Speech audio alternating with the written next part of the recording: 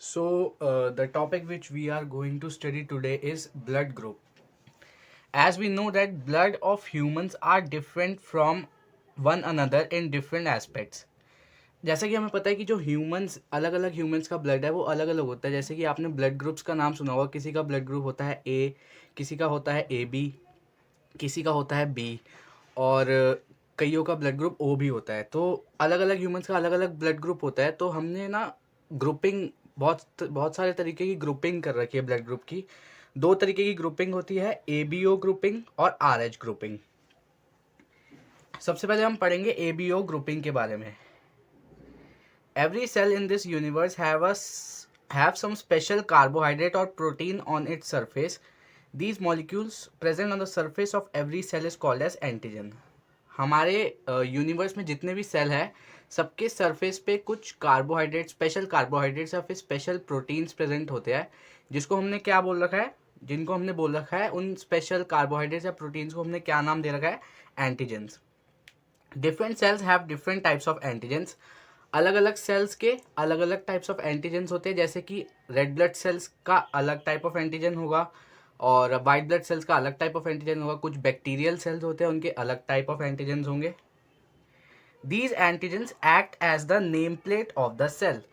अब ये एक तरह से जो एंटीजेंस होते हैं ना, वो एक सेल की पहचान का काम करते हैं। जैसे कि आपने देखा होगा किसी भी घर को अगर आप पहचानना चाह रहे हो तो आप उस घर की नेम प्लेट देखोगे। ऐसे ही अगर आप किसी सेल के बारे में जानना चाहते हो तो आप उस सेल की नेम प्लेट यानी कि उसके एंटीजन को देखोगे, उस सेल को पहचानने के लिए कि वो कौन सा सेल है। अब इसको हम समझेंगे WBC और बैक्टीरियल सेल के एग्जाम्पल से। कैसे? देखो, जो डब्ल्यू जैसे मान लो हमारी बॉडी के अंदर कोई फॉरेन पार्टिकल या फिर बैक्टीरियल सेल एंटर कर गया है। अब हमारी WBCs को क्या करना पड़ेगा? हमारी WBCs का काम है हमको प्रोटेक्ट करना बैक्टीरियल सेल से या फिर जो हार्मफुल बैक्टीरिया हमारे अंदर आ गया उससे। तो WBC उस फॉरेन पार्टिकल को या फिर जो आपका बैक्टीरियल सेल आया है उसको मारने के लिए उसको पहचानेगा कैसे? वो देखेगा, WBC देखेगा कि जो बैक्टीरियल सेल है उसके ऊपर कौन सा एंटीजन प्रेजेंट है। अगर उसके ऊपर बैक्टीरियल सेल का एंटीजन प्रेजेंट होगा तो WBC पहचान लेगा कि हाँ ये कोई फॉरेन पार्टिकल है या फिर हार्मफुल बैक्टीरिया है जो कि हमारी बॉडी को हार्म कर सकता है। तो अब WBC क्या करेगा? WBC एंटीबॉडीज बनाएगा इस बैक्टीरिया के खिलाफ, ताकि जो एंटीबॉडीज है वो इस बैक्टीरिया को मार दे। अब एंटीबॉडीज क्या होती है? Antibodies are produced against any specific antigen so that cell containing that antigen on its surface can be destroyed. देखो, WBC ने क्या करा? एंटीबॉडी बनाई एक स्पेसिफिक एंटीजन के खिलाफ। कौन से एंटीजन के खिलाफ? बैक्टीरियल एंटीजन के खिलाफ। उसने ऐसा क्यों किया? ताकि जो बैक्टीरियल एंटीजन जिस बैक्टीरिया पे प्रेजेंट था वो सेल डिस्ट्रॉय हो सके। तो एंटीजन और एंटीबॉडीज क्या होती है ये आपको समझ में आ गया होगा। अब हम पढ़ेंगे कि एंटीजन और एंटीबॉडीज का मतलब जो एंटीजन और एंटीबॉडीज है इसका हमारे ब्लड ग्रुप को फॉर्म करने में क्या रोल है। ठीक है, अब जो हमारे आरबीसीज होते हैं ना उनके सरफेस पे दो टाइप के एंटीजन प्रेजेंट होते हैं। कौन से? उनका नाम क्या होता है? या तो एंटीजन ए या फिर antigen B. If a human have A antigen on its RBC surface then the blood group of that human is A. अब देखो, हम किसी आदमी को बोलेंगे कि उसका ब्लड ग्रुप ए कैसे है। अगर उस इंसान का जो रेड ब्लड सेल्स है उस रेड ब्लड सेल्स के सरफेस के ऊपर ए एंटीजन प्रेजेंट है, इसका मतलब उस इंसान का ब्लड ग्रुप क्या हुआ? ए। अब सिमिलरली ये पहला केस हो गया, ऐसे ही 3 केस और है। सबसे पहला है case 2। If a human have B antigen on its RBC surface then the blood group of that human is B. Similarly देखो, अगर किसी के आरबीसी के सरफेस के ऊपर ए एंटीजन प्रेजेंट है तो उसका ब्लड ग्रुप क्या होगा? ए। अगर बी एंटीजन प्रेजेंट है तो उसका ब्लड ग्रुप क्या होगा? बी। अब केस 3 है, अगर एक ह्यूमन है उसके जो आरबीसी का सरफेस है उस पर दोनों एंटीजन प्रेजेंट है, मतलब ए एंटीजन भी प्रेजेंट है और बी एंटीजन भी प्रेजेंट है, तो उस ह्यूमन का ब्लड ग्रुप क्या हो जाएगा? उस ह्यूमन का ब्लड ग्रुप हो जाएगा ए बी। ठीक है, और अगर कोई ऐसा ह्यूमन है जिसके आरबीसी के ऊपर एक भी एंटीजन प्रेजेंट नहीं है। एंटीजन आपको समझ में आ गया ना? अभी पहले हमने पढ़ा कि एंटीजन एक नेम प्लेट का काम करता है। आप ये भी समझ सकते हो कि हर एक सेल के ऊपर एक नेम प्लेट लगी होती है जिसको हमने एंटीजन का नाम दिया है। तो अब केस 4 क्या था? अगर कोई ऐसा ह्यूमन है जिसके आरबीसी के ऊपर एक भी एंटीजन नहीं है, नो एंटीजन, तो उस ह्यूमन का ब्लड ग्रुप क्या होगा, उस ह्यूमन का ब्लड ग्रुप हो जाएगा ओ। तो एबीओ ग्रुपिंग में हमने ये समझा कि जैसे आपने देखा होगा ना, किसी इंसान का ब्लड ग्रुप है ए बी ओ, तो ये क्यों होते हैं, ये एंटीजन के बेसिस पे होते हैं। आरबीसी के ऊपर कौन सा एंटीजन प्रेजेंट है उस हिसाब से ब्लड ग्रुप डिसाइड करा जाता है। अब हम आगे देखेंगे, WBCs of human having A antigen on its RBCs releases antibodies in the plasma of that human body named anti-B antibodies। इसका मतलब क्या हुआ कि जैसे कि मान लो आपका ब्लड ग्रुप है ए, आपका ब्लड ग्रुप ए है, तो आपके ब्लड में मतलब आपके जो आरबीसी है उसमें एंटीजन कौन सा प्रेजेंट होगा, उसमें एंटीजन प्रेजेंट होगा ए। लेकिन अब जो आपके प्लाज्मा में एंटीबॉडीज होगी वो डिफरेंट प्रेजेंट होगी, क्योंकि एंटीबॉडीज का क्या काम होता है, एंटीबॉडीज का काम होता है एंटीजन को मारना। तो आपके पास ए एंटीजन है, तो आपके पास ए एंटीबॉडीज तो हो नहीं सकती, क्योंकि ए एंटीबॉडीज आप ही के एंटीजन को मार देगी। तो हमेशा हमारे प्लाज्मा में ना हमारे एंटीजन से अपोजिट एंटीबॉडीज प्रेजेंट होती है। फॉर एग्जाम्पल, अगर एक पर्सन है जिसके पास आरबीसी के ऊपर ए एंटीजन है, तो उसके प्लाज्मा में एंटीबॉडीज कौन सी होगी, anti B antibodies. This antibodies are released in plasma because if by mistake any RBC with B antigen enters in the body। अब ये एंटीबॉडीज हमारे बॉडी में प्रेजेंट क्यों होती है, इसीलिए प्रेजेंट होती है क्योंकि मान लो एक ए एंटीजन वाले ह्यूमन के अंदर बी एंटीजन वाला आरबीसी एंटर कर जाए, तो एंटी बी एंटीबॉडीज उस बी एंटीजन वाले आरबीसी को डिस्ट्रॉय कर देती है। So anti B antibodies will destroy it. ठीक है, अब ये आपने समझा एंटीबॉडीज और एंटीजन का क्या होता है। मतलब आपके पास जो भी एंटीजन होगा आपके आरबीसी के ऊपर, मान लो आपके पास ए है, तो उसका अपोजिट एंटीबॉडी आपके प्लाज्मा में पाया जाएगा। जैसे कि अगर आपके पास आरबीसी के ऊपर ए एंटीजन है, तो जो आपका प्लाज्मा है उसके अंदर कौन सा एंटीबॉडीज पाया जाएगा, एंटी बी एंटीबॉडीज। ठीक है, अब यही रीज़न है, due to above reason only during blood transfusion transferring of blood from one human to another. देखो इसमें क्या लिखा हुआ है कि यही एक रीज़न है कि ब्लड ट्रांसफ्यूजन के समय, ब्लड ट्रांसफ्यूजन क्या होता है, ट्रांसफरिंग ऑफ ब्लड, एक इंसान का ब्लड किसी दूसरे इंसान में डालने को हम ब्लड ट्रांसफ्यूजन कहते हैं। ठीक है, during blood transfusion any blood can not be use. हम ब्लड ट्रांसफ्यूजन के अंदर कोई भी ब्लड का इस्तेमाल नहीं कर सकते। जो डोनर का ब्लड है और जो रेसिपिएंट का ब्लड है वो दोनों मैच करना चाहिए। फॉर एग्जांपल, अगर डोनर का ब्लड ग्रुप बी है, मान लो कि उसके जो आरबीसी है उसके ऊपर बी एंटीजन है, तो रेसिपिएंट के पास भी सेम चीज़ होनी चाहिए। ऐसा नहीं हो सकता कि डोनर ब्लड जो डोनेट कर रहा है उसके आरबीसी में एंटीजन प्रेजेंट है ए, और जो रेसिपिएंट के पास पहले से मौजूद आरबीसीज है उनके अंदर कौन सा होगा आपका एंटीजन, बी। तो अगर ऐसी कंडीशन हो जाती है जिसके अंदर डोनर और रेसिपिएंट के अंदर अलग अलग ब्लड एंटीजन वाले ब्लड ग्रुप्स होंगे, तो उस कंडीशन में सीवियर कंडीशंस हो सकती है, जैसे कि क्लम्पिंग यानी कि डिस्ट्रक्शन ऑफ आरबीसीज। अब हम देखेंगे different blood groups and who can donate them blood. देखो अगर आपका ब्लड ग्रुप ए है तो आपके आरबीसी पे एंटीजन कौन सा होगा, ए। एंटीबॉडीज आपके प्लाज्मा में कौन सी घूमेगी, एंटी बी एंटीबॉडीज। और डोनर्स ब्लड ग्रुप कौन सा होगा, मतलब कि आपको कौन कौन से ब्लड ग्रुप वाले इंसान डोनेट कर सकते हैं, ब्लड ग्रुप ए और ब्लड ग्रुप ओ, क्योंकि ओ के पास तो कोई भी वो नहीं होता एंटीजन आरबीसी के ऊपर। अगर आपका ब्लड ग्रुप बी है तो आपके आरबीसी के ऊपर एंटीजन कौन सा होगा, बी। एंटीबॉडीज आपके प्लाज्मा में कौन सी होगी, एंटी ए। और आपको कौन से ब्लड ग्रुप वाले इंसान डोनेट कर सकते हैं blood, blood group B and blood group O. अगर आपका ब्लड ग्रुप है ए बी तो आपके आरबीसी के ऊपर कौन से एंटीजन प्रेजेंट होंगे, antigen A and antigen B. और एंटीबॉडीज आपके प्लाज्मा में एक भी नहीं होगी। एक भी क्यों नहीं होगी, क्योंकि क्योंकि आपके पास दोनों एंटीजन है, और आपकी एंटीबॉडीज अगर कोई सी भी होगी तो वो आपके आरबीसी को डिस्ट्रॉय कर देगी, इसलिए कोई भी एंटीबॉडीज नहीं होगी। और कौन से ह्यूमंस आपको डोनेट कर सकते हैं, humans with blood group A B and O. अगर आपका ब्लड ग्रुप ओ है इसका मतलब आपके आरबीसी में कौन से एंटीजन प्रेजेंट है? नील, यानी कि आपके आरबीसी में एक भी एंटीजन प्रेजेंट नहीं है। तो आपके प्लाज्मा में एंटीबॉडीज कौन सी होगी? दोनों एंटीबॉडीज होगी, एंटी ए और एंटी बी। और आपको कौन से ब्लड ग्रुप वाले लोग डोनेट कर सकते हैं ब्लड? ब्लड ग्रुप ओ।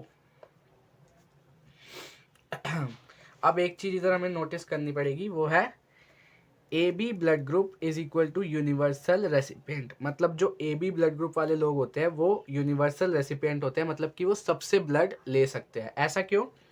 क्योंकि जो ए बी ब्लड ग्रुप वाले होते हैं उनके पास ए एंटीजन और बी एंटीजन दोनों होते हैं, और एंटीबॉडीज एक भी नहीं होती। क्योंकि उनके पास एक भी एंटीबॉडीज नहीं होती, इसीलिए वो उन पे सारे ब्लड सूट कर जाते हैं, इसलिए हम उनको यूनिवर्सल रेसिपिएंट बोल देते हैं। Second point, O blood group are universal donors. मतलब जिनका ओ ब्लड ग्रुप होता है उनको हम क्या बोलते हैं? Universal donors. ऐसा क्यों? क्योंकि वो हर किसी को अपना ब्लड डोनेट कर सकते हैं, क्योंकि उनकी जो आरबीसी होती है उसके ऊपर एक भी एंटीजन प्रेजेंट नहीं होता। तो यहाँ पे जो हमारी ए बी ओ ग्रुपिंग है वो ख़त्म होती है, और अब हम जिस ग्रुपिंग के बारे में पढ़ने वाले हैं वो है R H grouping.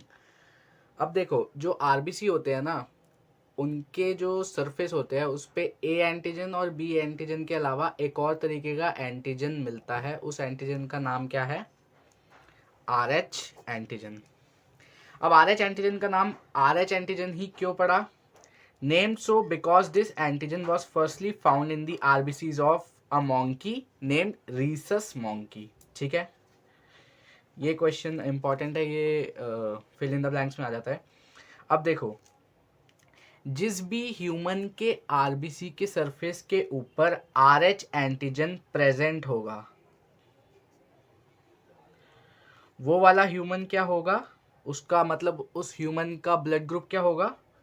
Are H positive. Similarly, अगर आरबीसी के सरफेस के ऊपर जो आर एच एंटीजन है वो एब्सेंट है, प्रेजेंट नहीं है, तो उस ह्यूमन का ब्लड ग्रुप क्या होगा? Are H negative. 80% humans are H positive. इसका क्या मतलब है? कि जो 80% ह्यूमंस है उनके ब्लड ग्रुप के ऊपर आर एच एंटीजन प्रेजेंट होता है। 20% ह्यूमंस आर एच नेगेटिव। इसका मतलब क्या है? कि 20% ह्यूमंस, टोटल ह्यूमन की बात कर रहे हैं, ये किसी कुछ सर्वे करा होगा, उसी बेसिस पे ये इन्फॉर्मेशन दी गई है कि जो 20% ह्यूमंस है वो आर एच नेगेटिव है, उनका blood group are H negative है। इसका मतलब क्या है? आर एच नेगेटिव मतलब उनके जो ब्लड सेल्स है, आरबीसीज है, उसके सरफेस के ऊपर आर एच एंटीजन प्रेजेंट नहीं है, एब्सेंट है। ठीक है, if we will transfer Rh positive blood to a Rh negative person, then the person will form antibodies against Rh positive blood that will destroy all the RBCs with Rh positive antigen। इसका क्या मतलब हुआ? कि अगर हम Rh positive blood transfer कर देंगे किसी Rh नेगेटिव पर्सन में, तो उस पर्सन के अंदर Rh पॉजिटिव ब्लड के खिलाफ एंटीबॉडीज फॉर्म होंगी। अब एंटीबॉडीज का काम क्या होता है? एंटीबॉडीज का काम होता है डिस्ट्रॉय करना।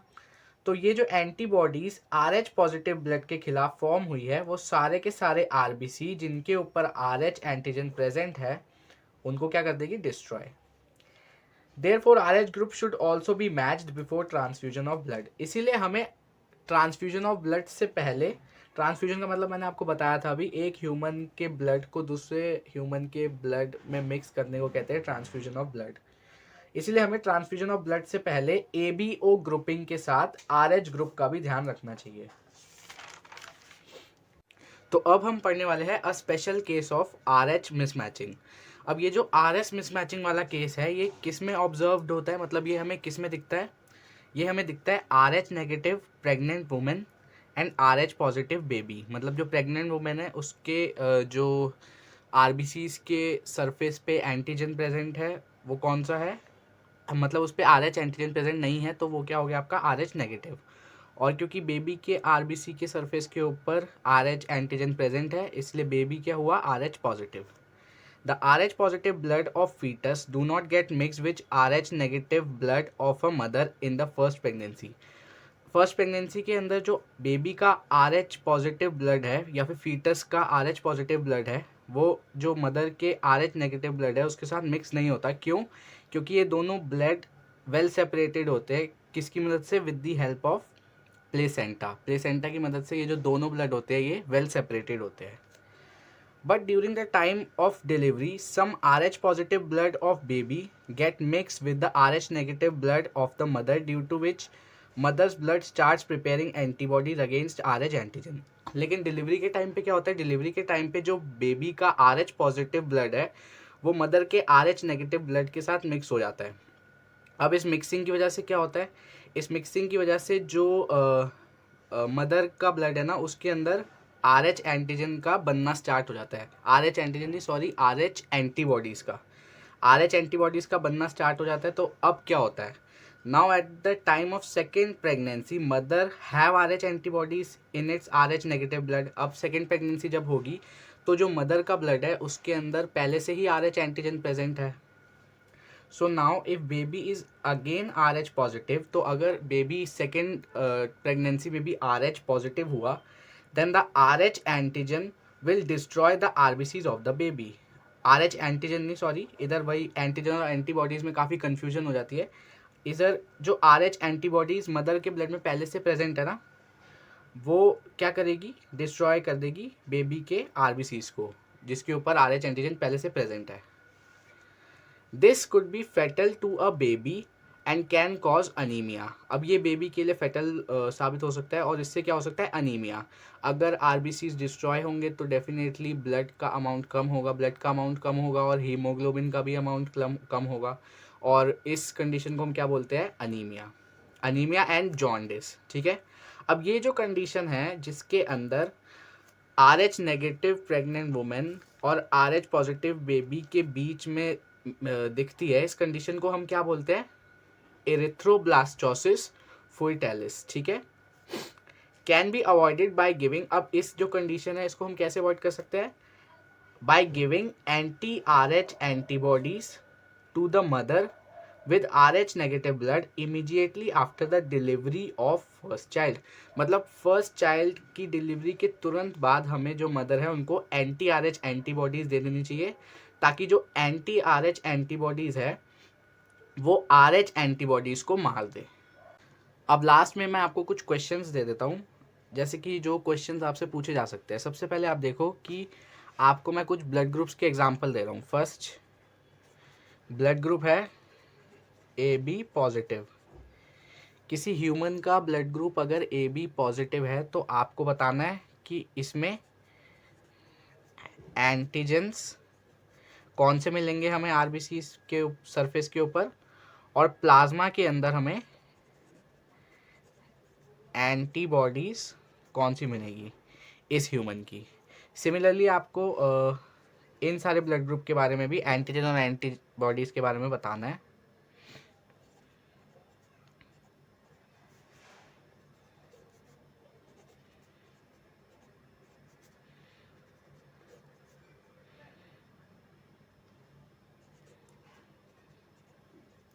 अगर कोई भी एंटीबॉडीज़ नहीं मिल रही है या फिर कोई भी एंटीबॉडीज़ मिल रही है तो उसके आपने नाम लिखना है, और जो एंटीजन्स है उसका भी आपने नाम लिखना है। एक फर्स्ट का मैं आपको एग्जांपल करके बता देता हूँ।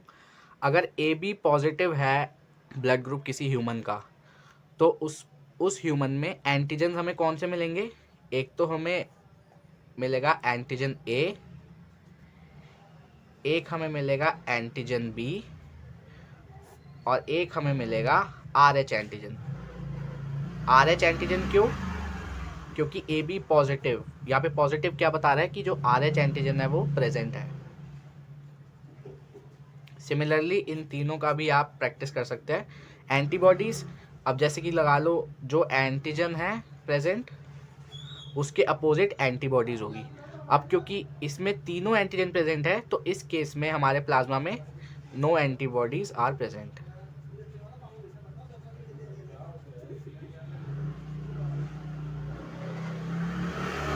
जो आपकी ABO ग्रुपिंग और RH ग्रुपिंग, जो मेन ब्लड ग्रुपिंग है दो, वो आपकी यहाँ पे कंप्लीट हो गई है।